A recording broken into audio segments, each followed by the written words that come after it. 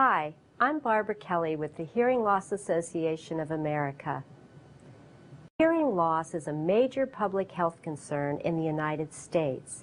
In fact, if you think about it, you may know someone with a hearing loss or even have a hearing loss yourself. About 30 million Americans are affected by significant hearing loss, and that is a 30 decibel or greater hearing loss. Hearing loss is a sudden or gradual decrease in how well you can hear. Depending on the cause, it can be mild or severe, temporary or permanent. Congenital hearing loss means you are born without hearing, while gradual hearing loss happens over time. Our ears are under siege by a number of potential factors. The most common forms of hearing loss relate to a combination of the aging effect and exposure to noise. Being exposed to everyday noises, such as listening to very loud music, being in a noisy work environment, or using power tools or a lawnmower can lead to hearing loss over many years. Noise-induced hearing loss from gunfire, explosion, is the #1 disability caused by combat in current wars. More often than not, severe tinnitus, or ringing in the ears, will accompany the hearing loss and may be just as debilitating as the hearing loss itself. Other causes of hearing loss include earwax buildup, an object in the ear, injury to the ear or head, ear infection, a ruptured eardrum, and other conditions that affect the middle or inner ear. More than ever, young people are at risk for hearing loss because of repeated exposure to loud sounds. There is a strong suggestion that the use of personal entertainment devices, that is iPods, MP3s, cell phones, and so forth, where our ears are going to be barraged by an ongoing level of sound. In some cases, it can be a relatively mild amount of sound, but the fact that it is continuous over many hours in a given day for so many young adults in our society suggests that there may be a burden of high-tone hearing loss that is coming directly from the use of personal entertainment devices. There is a strong relationship between age and reported hearing loss. The progressive hearing loss of aging, especially if it's superimposed on a background of Meniere's disease or a medical condition of the inner ear or a background of noise exposure, means that a lot of individuals in their 70s and even 80s have experienced a profound level of hearing loss by that stage. In age-related hearing loss, known as presbycusis, changes in the inner ear that happen as you get older cause a slow but steady hearing loss. The loss may be mild or severe, and it is always permanent. In older people, a hearing loss is often confused with or complicates such conditions as dementia. Hearing loss is an invisible condition. We can't see a hearing loss, only its effects. Because the presence of a hearing loss is not visible, these effects may be attributed to aloofness, confusion, or even personality changes. 3 of every 1,000 children are born deaf or hard of hearing. Even a mild hearing loss or a one-sided hearing loss can affect schoolwork. Research has shown that on average, children with mild hearing loss perform poorer than their normally hearing peers, and they may need to repeat a grade. The early onset hearing loss problem in a young child affects virtually every aspect of that child's development. So this is a serious issue that needs to be addressed in a very thoughtful and proactive way. Timely intervention can produce remarkable outcomes. This is an early onset problem that we can do something about. Those are some basic facts, so hopefully now you're more aware of the issues surrounding hearing loss. I'm Barbara Kelly with the Hearing Loss Association of America. Do you think you might have a hearing loss or know someone who does? Let's talk about some of the symptoms of hearing loss. For most adults, the onset and progression of hearing loss extends over some time, An exception would be military exposed to explosions and gunfire. Often, people will blame their hearing problems on the nature of the other person's speech, like, if people wouldn't mumble, I could hear, or people talked a lot clearer when I was younger. Your family and friends are likely to be the first to notice some difficulty in hearing, long before you do. It was my children who noticed before I did. They would talk to me from the back seat of the car. They were in their early teens, and I didn't answer, or they'd talk to me from another room, and I would hear them talking, but I couldn't understand that they were talking to me. So eventually my son said, Mom, I don't think you're hearing quite the way you used to. Typically at this stage, the individual will deny a problem.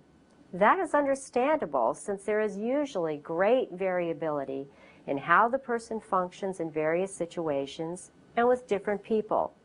In some situations and with some people, he might do pretty well. People will not be aware of what they don't hear, like the sound of birds, the beep of the microwave, the turn signal in the car, and soft everyday sounds.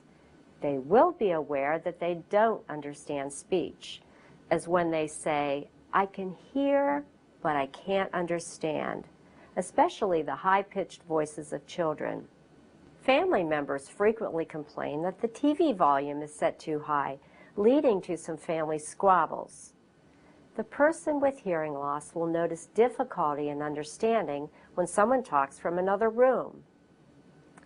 Probably the major complaint of people with hearing loss is the difficulty they experience in comprehending speech in any kind of noisy place.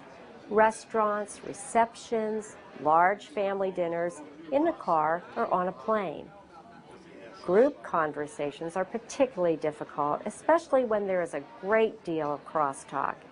These increasing difficulties in hearing may produce conflict between the person with hearing loss and family members, with the family insisting on getting help, and the person with hearing loss reluctant to recognize reality. This stage may last for 5 or more years before the hearing loss and the problems that go with it are acknowledged and help is finally sought. For children who are hard of hearing, the situation is different. Parents should be on the lookout for delayed or aberrant speech and language development, apparent inattention, and poor schoolwork. I think for young kids, especially for me growing up, there was a stigma with hearing loss, and looking back, I wish I would have got hearing aids because it would have improved my relationships. I didn't care if it was cool or not. I think that kids just gotta kind of let go of their pride, have self-esteem, and do the things that they need to do to put themselves in the best situation for social relationships, for school, and just for living a fun and active lifestyle.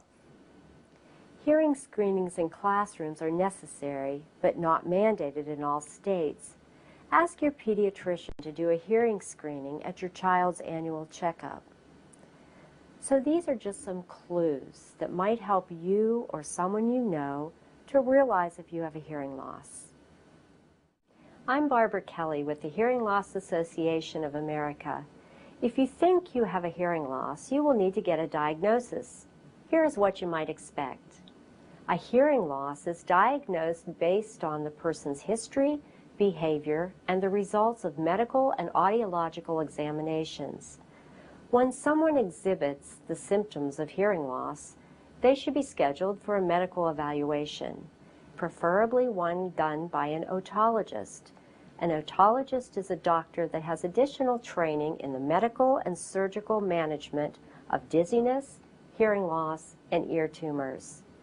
The physician will review the person's history and will check for certain atypical events, such as a sudden hearing loss in one or both ears, dizziness and balance problems, or tinnitus, known as ringing in the ears. Usually, the next step is for an audiological examination to be conducted by a hearing professional. Normally, with the first visit with an audiologist, you're going to be doing a lot of testing. The basis of all hearing loss identification and diagnosis is going to come through the audiogram as well as other testing that we do. An audiogram is a graph of someone's hearing. It uses symbols to represent the softest sounds that you can hear. The numbers across the top represent frequency, and they typically go from a low pitch to a high pitch. The numbers down the side go from very soft to very loud. This informs the patient and the examiner about the pattern of the hearing loss, the degree of the hearing loss at different frequencies. So you should expect to be put into a sound booth, wear some headphones, probably either raise your hand or press a button whenever you hear beeps, and repeat a lot of words. It is important to test directly for speech because often people with similar pure tone audiograms will understand speech quite differently. There are two types of hearing loss. The first type of hearing loss is conductive hearing loss, which means that there is some sort of obstruction in either your outer or your middle ear which stops the sound from getting to your cochlea. The second type of hearing loss is a sensory neural hearing loss, which is otherwise known as nerve deafness. This is where the damage is found in the cochlea itself. This condition is not, or very rarely, amenable to medical or surgical intervention. That doesn't mean that you can't get some sort of help either through the use of a hearing aid or, if the degree of hearing loss is significant enough, possibly through a cochlear implant. So these are typical steps to finding out if you have a hearing loss. Hi, I'm Barbara Kelly from the Hearing Loss Association of America.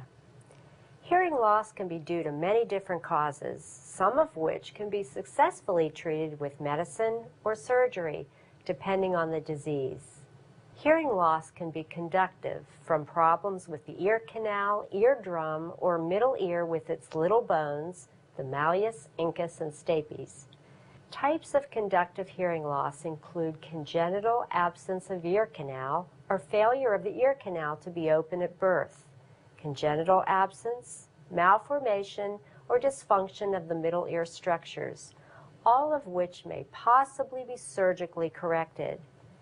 If these are not amenable to successful surgical correction, then the hearing alternatively may be improved with amplification with a surgically implanted bone-anchored hearing device, commonly referred to as the BAHA, or a conventional hearing aid, depending on the status of the hearing nerve.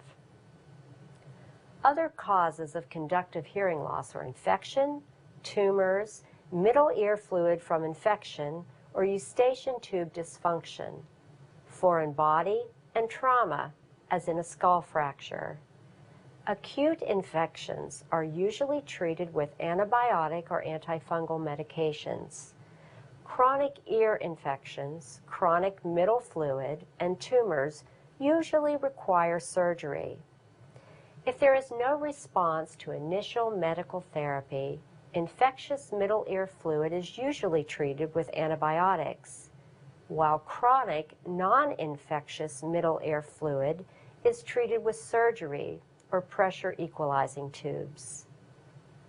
Conductive hearing loss from head trauma is frequently amenable to surgical repair of the damaged middle ear structures.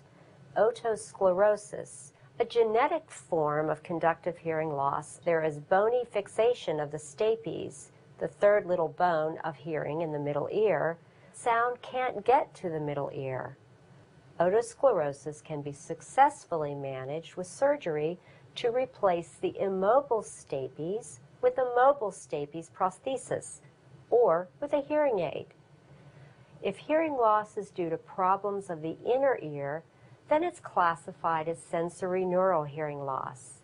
Sensory neural hearing loss can result from acoustic trauma or exposure to excessively loud noise, which may respond to medical therapy with corticosteroids to reduce cochlea hair cell swelling and inflammation to improve healing of these injured inner ear structures.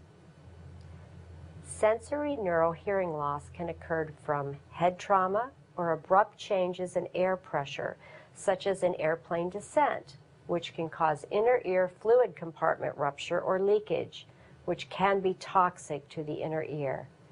There has been variable success with emergency surgery when this happens.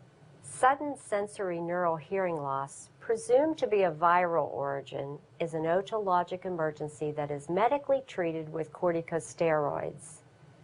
Bilateral progressive hearing loss over several months, also diagnosed as autoimmune inner ear disease, is managed medically with long-term corticosteroids and sometimes with drug therapy. Autoimmune inner ear disease is when the body's immune system misdirects its defenses against the inner ear structures to cause damage in this part of the body. Fluctuating sensory neural hearing loss may be from unknown causes or associated with Meniere's disease. Symptoms of Meniere's disease are hearing loss, tinnitus, or ringing in the ears, and vertigo. Meniere's disease may be treated medically with a low-sodium diet, diuretics, and corticosteroids. If the vertigo is not medically controlled, then various surgical procedures are used to eliminate the vertigo. Sensory neural hearing loss from tumors of the balance nerve adjacent to the hearing nerve generally are not reversed with surgical removal or irradiation of these benign tumors. If the hearing loss is mild and the tumors are very small, hearing may be saved in 50% of those undergoing hearing preservation surgery for tumor removal. Sensory neural hearing loss from disease in the central nervous system may respond to medical management for the specific disease affecting the nervous system. For example, hearing loss secondary to multiple sclerosis may be reversed with treatment for multiple sclerosis. Irreversible sensory neural hearing loss, not manageable with medical treatment or with hearing aids, can be surgically treated with cochlear implants. So these are the options available if your hearing loss can be treated medically or surgically. I'm Barbara Kelly from the Hearing Loss Association of America. When someone has a hearing loss, the very first step in coping with it is simply acknowledging its reality. This may not be easy to do, but you can't take effective measures to minimize the impact of a hearing loss if you deny it. This doesn't mean that you have to like it, but once you're diagnosed as having a medically irreversible condition, then it's time to move on. Your next step is to obtain appropriate, well-fitted hearing aids through a certified hearing aid dispenser. Professionals who dispense hearing aids include audiologists, hearing aid specialists, and ear, nose, and throat doctors. Hearing aids are not like glasses. They do not correct hearing, but they are helpful in improving hearing and quality of life. Who would benefit from a hearing aid is going to depend upon not only their level of hearing loss, but also their level of frustration with that hearing loss. You do want to verify that the dispenser is following the best practice guidelines as recommended by the American Academy of Audiology. The Hearing Loss Association of America has a consumer checklist for purchasing a hearing aid, which is very helpful to take along. It's available at hearingloss.org. There are a number of other steps that can be taken to supplement the assistance provided by a well-fit hearing aid. In the initial evaluation, the hearing professional will determine specifically what further services or information would be most helpful. The hearing professional will provide you with much written material. It is in your best interest to read this information. On your follow-up visits, and there should be at least 2 in the first year, be sure to ask the hearing professional to further explain anything you don't quite understand. Here are some hints to improve your communication. Most important, be sure to watch the face of the person talking. Unless you are severely visually impaired, whether you know it or not, you are likely doing some lip reading. Understanding speech and noise is the major complaint of anyone with a hearing loss. Do as much as you can to quiet the environment. Restaurants, my strategy is to ask my friends, can we please go at 4:30? So we go before it gets busy, and we go to specific places where I know that the acoustics aren't too bad. And then I'll tell the seating hostess, I have a hearing loss, so we need to be in a booth, or we need to be off to the side. You don't want to sit in the middle of the restaurant when you're surrounded by noise. Use assistive listening systems provided in many public places. The Americans with Disabilities Act requires most public venues to provide them. You will enjoy a movie or the theater more if you can hear what's going on. Be sure that you can effectively engage in telephone communication. If not, check with your hearing aid dispenser. Many alternatives, such as amplified phones and speech-to-text phone systems, are available. Be sure that you can hear the smoke alarm system. The typical ones emit a high-frequency tone that is difficult for people with hearing loss to hear, particularly when sleeping. There are systems that emit a low-frequency sound or use strobe lights or a vibrator as an alerting system. An effective smoke alarm system can be a lifesaver. So after acceptance, these are some of the things that you can do to overcome the daily challenges of living with hearing loss. I'm Barbara Kelly from the Hearing Loss Association of America. There are many causes of hearing loss, 3 of which I'll talk about now: genetics, ototoxic medications, and noise. The first one is really beyond our control. We can't pick our parents and our genetic makeup, though with continuing advances in gene research and clinical applications, this may be changing. But for now, we have to deal with the hand that heredity has dealt us. Ototoxic drugs, meaning ones that can cause hearing loss, can not only cause a temporary or permanent hearing loss, but can also cause tinnitus or ringing in the ears. We may have some options, however, about the medications we take. It's always a good idea to ask a physician if a hearing loss is one of the possible side effects. If it is, and there is a substitute medication that will work just as well, then that would be the one to take. A major cause of hearing loss in our society is noise exposure. I recently saw a cartoon that suggested that music is only good if it is loud enough to cause ear bleeding, presumably at the same time damaging the delicate hair cells within the inner ear. While meant to be humorous, this cartoon illustrates an attitude that permeates our society. Once those hair cells are destroyed, they cannot be replaced. It seems that we do not only tolerate noise, but we welcome it. With piped-in music, often quite loud, is the norm in public places. Cars whiz by us with music loud enough to make our sternums vibrate. We should know that repeated and lengthy exposure to loud sound, whether it is music or a jackhammer or a lawnmower or a personal stereo system, will eventually produce a sensory neural hearing loss. The damage risk criterion is considered to be 90 decibels for a full day exposure. As the sound level increases, the time span one can be exposed to it is reduced. Each day we create more hearing loss in our society with our tolerance of the ear-shattering cacophony that surrounds us. When exposed to loud sounds, a person has several options.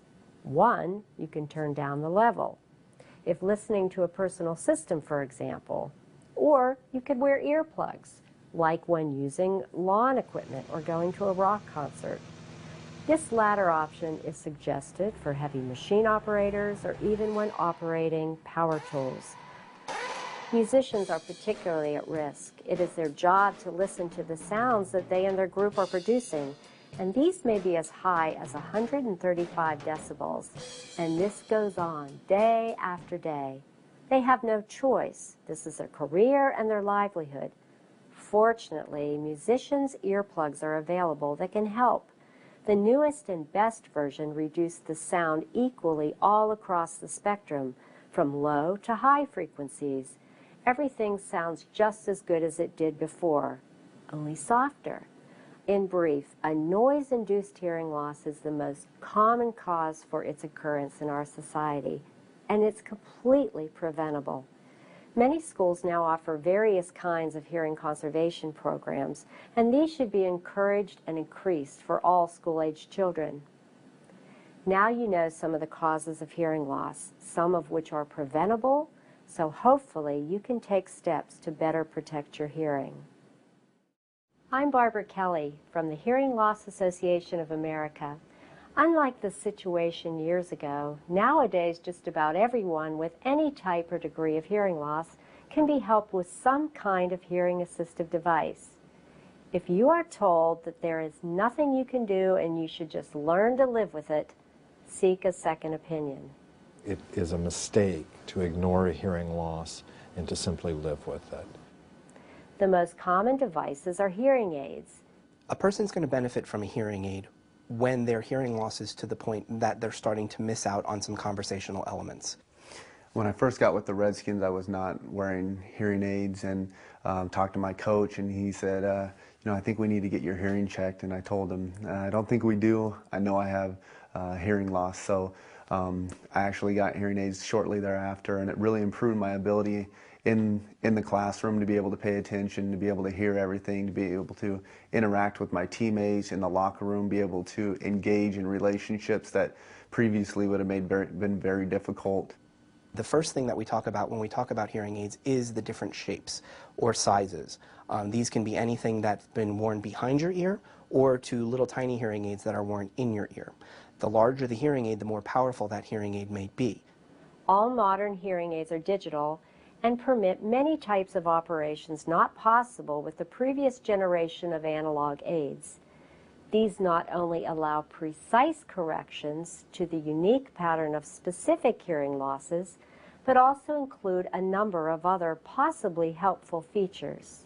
Hearing aids can help with background noise either through the use of just straight amplification by giving you the access to the speech that you need, but they also have different options available like directional microphones, which can sometimes help filter out the background noise. A major factor in all modern hearing aid fittings is to decide just what special features should be included in the hearing aids. Every person is going to be subjectively different from the other person, and even though two people might have the exact same hearing loss, their needs and their communication styles are going to impact which choice they make on the hearing aid. Be sure to ask the hearing professional to include a telecoil in your hearing aid. This will enable you to use hearing aid compatible phones and assistive devices. The telecoil is a way of hearing the electromagnetic output of the telephone through your hearing aid. While hearing aids can be helpful with most people with hearing loss, there are some for whom hearing aids either do not help or help insufficiently. In such cases, cochlear implants can be helpful and are being used by more people with severe and profound hearing loss. Cochlear implantation surgery involves the placement of the device behind the ear and threading a small array of contacts into the inner ear, where we thread the contacts to wrap around the hearing nerve, thereby providing us with the ability to stimulate that hearing nerve using the sounds of the environment, sounds of speech, as the trigger for those electrical stimulations. The external component, which looks somewhat like a behind-the-ear hearing aid, is connected to the internal one through the skin via an external magnetic disc. Often, a hearing aid or an implant is not enough in certain situations. In these cases, there are also many other types of hearing assistive devices that are designed to help people with hearing loss. Some classic examples of assistive listening devices are amplified telephones, which provide a louder output from the telephone for people to hear. They also include things like lights that light up when your phone rings or when your doorbell rings, or different assistive devices help you to hear the television from a greater distance. Finally, the best kind of hearing assistance can often be from simply sharing experiences and solutions with other people with hearing loss. The Hearing Loss Association of America has chapters across the country who meet to share and to learn, and where it's okay not to hear well. The Hearing Loss Association of America publishes Hearing Loss magazine, covering all topics related to hearing. They also hold annual conventions, produce the nationwide Walk for Hearing, and advocate for laws and public policy for people with hearing loss. For more information, go to www.hearingloss.org. We've gone over some things you can do if you have a hearing loss. But remember, You don't have to hide your hearing loss. Hearing loss is a public health concern, and with the right help, it is a daily challenge that you can overcome.